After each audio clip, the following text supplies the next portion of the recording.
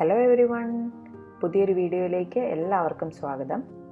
ഇന്ന് നമ്മൾ തയ്യാറാക്കാനായിട്ട് പോകുന്നത് പൊട്ടറ്റോ വെച്ചിട്ട് പെട്ടെന്ന് തന്നെ തയ്യാറാക്കിയെടുക്കാൻ പറ്റുന്ന ഒരു സ്നാക്കാണ്.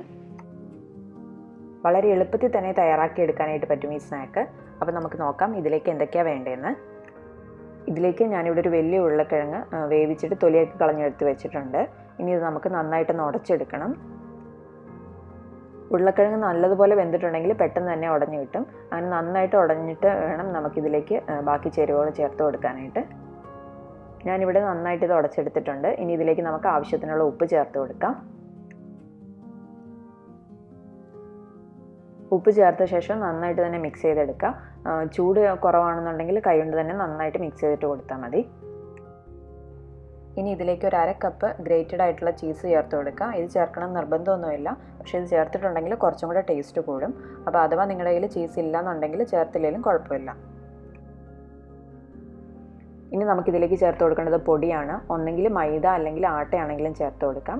ഞാനിവിടെ മൈദയാണ് ചേർക്കുന്നത്. ഞാനിവിടെ 1/2 കപ്പിൻ്റെ അടുത്ത് ചേർക്കുന്നുണ്ട്. കാരണം ഇവിടെ നല്ല പശമയമുള്ള ഉരുളക്കിഴങ്ങായിരുന്നു. അപ്പോൾ അതുകൊണ്ടാണ് ഞാൻ ഇത്രയും പൊടി ചേർക്കുന്നത്.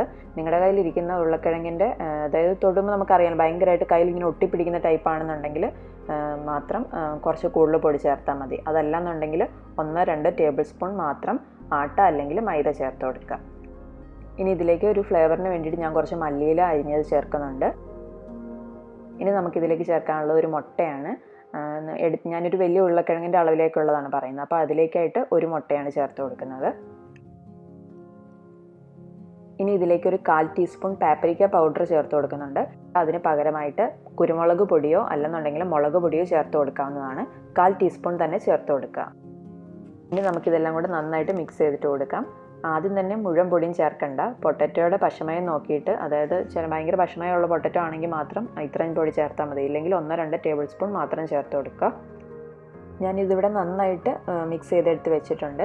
ഇനിയിപ്പോൾ നമ്മളിത് റോൾ ചെയ്തെടുക്കാനായിട്ട് ബ്രെഡ് ക്രംസ് വേണം. അതിനായിട്ട് റസ്ക് ഒന്ന് പൊടിച്ചെടുത്ത് വെച്ചിട്ടുണ്ട്. നമ്മൾ സാധാരണ റസ്ക് ജസ്റ്റ് ഒന്ന് മിക്സിയുടെ ചെറിയ ജാറിലിട്ട് പൊടിച്ചെടുത്തത്.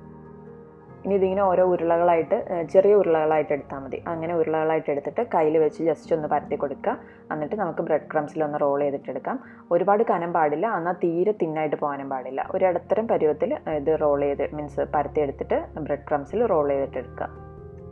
ഞാനിവിടെ അത് മുഴുവൻ റോൾ ചെയ്തെടുത്ത് വെച്ചു. ഇനി നമുക്കിതൊന്ന് ഫ്രൈ ചെയ്തിട്ടെടുക്കാം. അതിനായിട്ടൊരു ഫ്രൈ പാൻ വെച്ച് ചൂടാക്കുക. പാൻ ചൂടായി കഴിയുമ്പോൾ അതിലേക്ക് സൺഫ്ലവർ ഓയിലോ വെജിറ്റബിൾ ഓയിലോ ഏതെങ്കിലും ഒഴിച്ചു കൊടുക്കുക. കുറച്ച് മാത്രം ഒഴിച്ചാൽ മതി.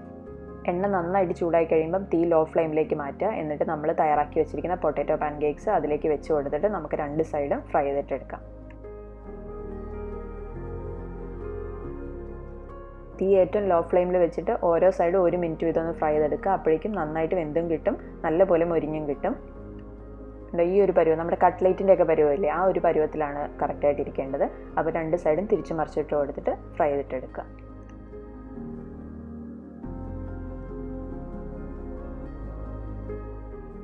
ഇപ്പോൾ 2 സൈഡ് നന്നായിട്ട് മൊരിഞ്ഞിട്ടുണ്ട്. നമുക്കിത് എണ്ണയിൽ നിന്ന് മാറ്റാം.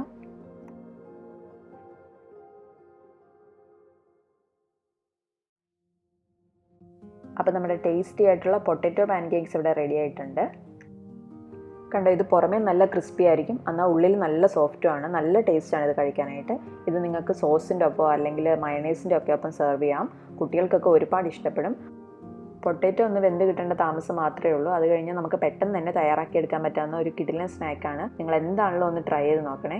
ട്രൈ ചെയ്ത് നോക്കിയിട്ട് നിങ്ങളുടെ അഭിപ്രായങ്ങൾ പറയാനായിട്ട് മറക്കരുത്. ഇനി വേറൊരു വീഡിയോയുമായി വീണ്ടും കാണാം. അതുവരേക്കും ബൈ ബൈ.